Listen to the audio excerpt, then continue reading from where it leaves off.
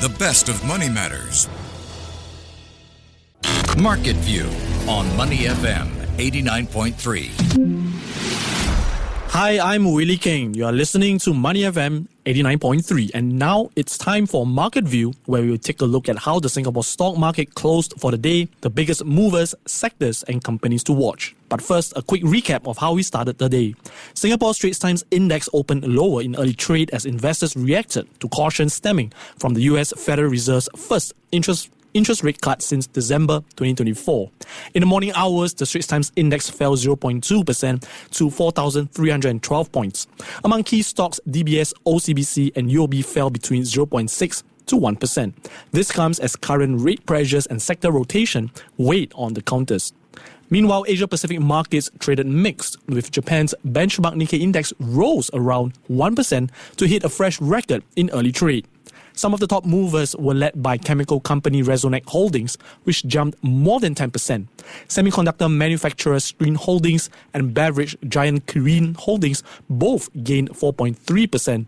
For more market moves and views, let's unpack all of these developments with David Chow, Director of Azure Capital. Welcome to the show, David. Hi, Willie. Hi, everyone. Happy Thursday. Great to hear from you again. Let's dive into the market straight. I just want to get your thoughts here. How has the STI fared so far? What's driving markets? And David, who are the biggest movers and any surprises that caught your attention? Well, I think STI was a little bit weaker today, falling around 0.3% at the close, probably affected by the North Asian markets in Hong Kong, China, which fell 1+%, even as US futures were up, or still up around, I think, 0.3 to 0.6% as we speak. So year to date, STI is up around, I think, 14%, not as high as the South Korean or even the Hong Kong markets, which are up around, I think, 40 plus or 26% plus percent respectively, but it's certainly holding its own in the ASEAN region. So what's driving this market? Well, basically there's this general optimism in the global equity markets, especially in Asia, aided by expectations of monetary policy easing or at least less hawkishness ahead. And of course, there's official attention being given more on how to improve the market breadth, in Singapore, with the EQRP program of the 5 billion. And with this program, for what we have said in previous interviews, we see them actually encouraging activity and inspiring confidence in the local market. And also, for the constituents of the STI index, what the big banks and conglomerates always move the needle in Singapore. We are seeing, increasingly more mid-caps and second-liner companies have started to show stronger performance, both in returns and investors' interest as well. And some of these second-liners are actually reaching, decades of multi-year highs, which draws further momentum and visibility. In terms of surprises on the market, I see that US REITs such as, Prime, Manulife, and Apple Pacific or US REITs listed on the exchange were a tad weaker today, versus other REITs on the exchange in general, despite the Fed guidance yesterday on, possible further rate cuts. So if this expectation is any indication that, holding US denominated assets will be less attractive because of lower rates, I do not think so, because as we are actually witnessing, improving, fundamentals, outlook, especially for, I think, the likes of your prime USRP REITs due to a pickup in leasing momentum.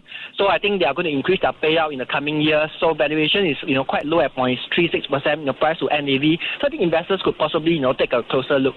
Yeah, I mean, speaking of some of these US-based counters, if we shift on to the electric vehicle maker NIO, its shares have recently soared to a 1-year high. It has recently completed its nearly $1.2 billion offering of its Class A ordinary shares. This marks its second share sale this year. What are your views, David, on its recent share offering, and what does it really tell us about the company's current financial situation vis-a-vis to competition ahead? To raise about $1 billion, and this is a rather big move for a company that's still struggling with heavy operating losses.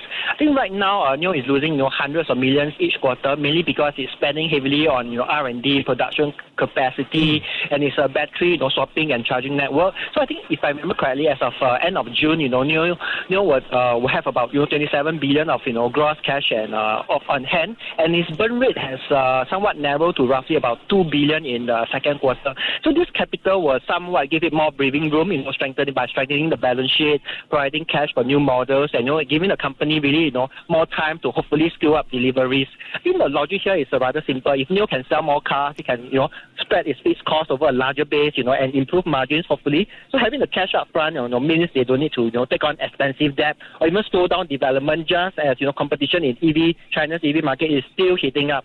So, but at the end of the day, this isn't a silver bullet.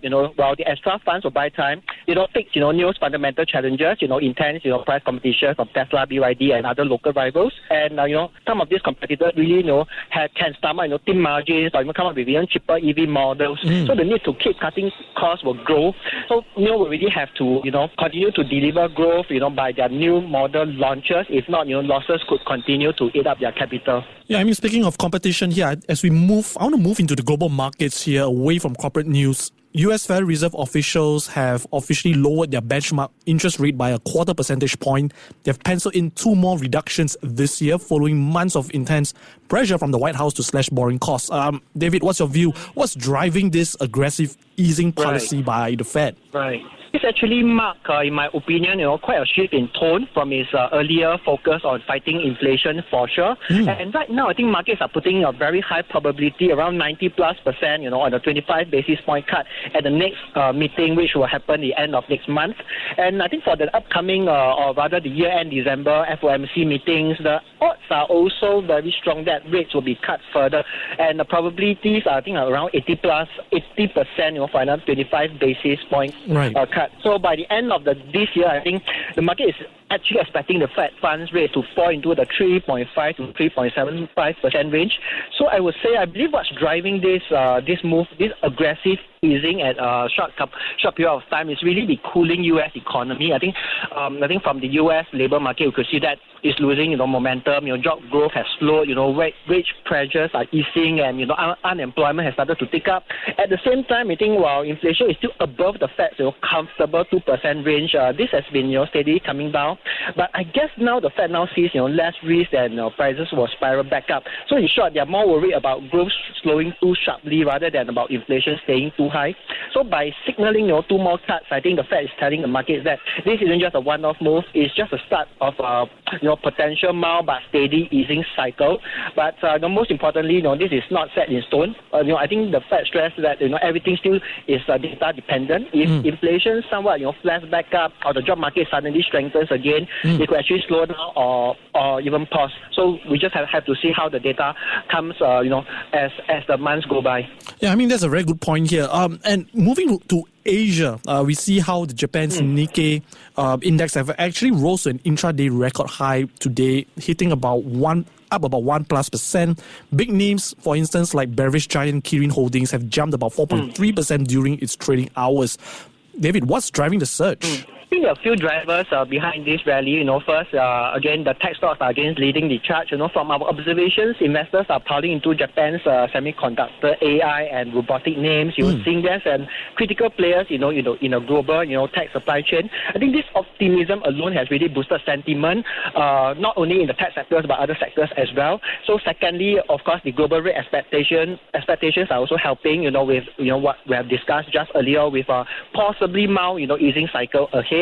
And I think third, most importantly, I think the weak yen is also playing a major role. Yes. I think yen is hovering around the 147 mark, having fell back below 145 in the first half of the year. So I think in general, I think a cheaper yen will still make Japanese stocks more attractive to overseas investors, and because this could boost profits for their homegrown exporters when they convert their overseas earnings back into yen. So this currency tailwind has really amplified foreign buying and push valuations higher.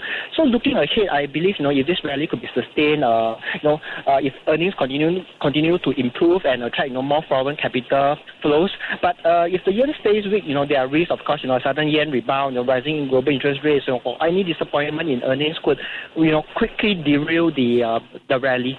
I see. Now, moving within Asia itself, let's talk about China here. The world's second largest economy is right now telling companies to stop buying NVIDIA's repurposed AI chips. It's even telling Alibaba Group to halt orders for NVIDIA's China-only chip, which is the RTX Pro 6000. What's your view on this? How significant do you think this restriction is for NVIDIA's sales into China? So China has told its big tech companies to stop buying NVIDIA's AI chips, even the watered-down versions that were designed to meet, U.S. export rules. I think for NVIDIA, this is meaningful because, China has historically, I think, make up about 10 to 15% of its sales, and the chips being restricted are among, unfortunately, its most profitable product. So I think while overall demand in the US and Europe will still be strong, losing momentum in China does, dent NVIDIA's long-term growth story just a little bit.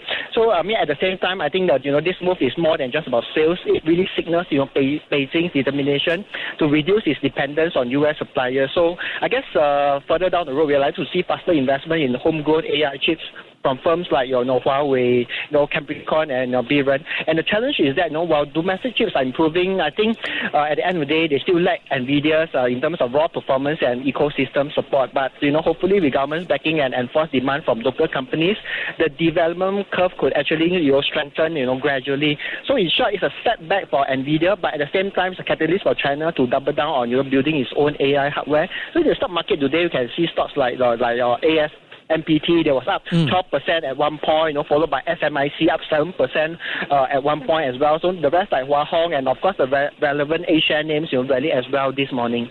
Wow, so much more to ask you, David. But just before we let you go, what's on your radar for the rest of the week? Okay, I'm actually looking out for any comments from Fed officials, any signals about how aggressive or, cautious, they are, with regards to further interest rate cuts. And of course, tonight I'll be watching out for the any signs of labor market softness by the jobless claims data. Right. So I guess this data can really shift expectations, from around further rate cut. We have been speaking with David Chow. He's the director of Azure Capital. Thank you so much for your insights, David. Thank you. Stay with Money FM 89.3. Before acting on the information on Money FM, please consider if it's suitable for your own investment objectives, financial situation, and risk tolerance. To listen to more great interviews, download our podcasts at audio.sg or download the audio app. That's AWEDIO, audio at the App Store and Google Play.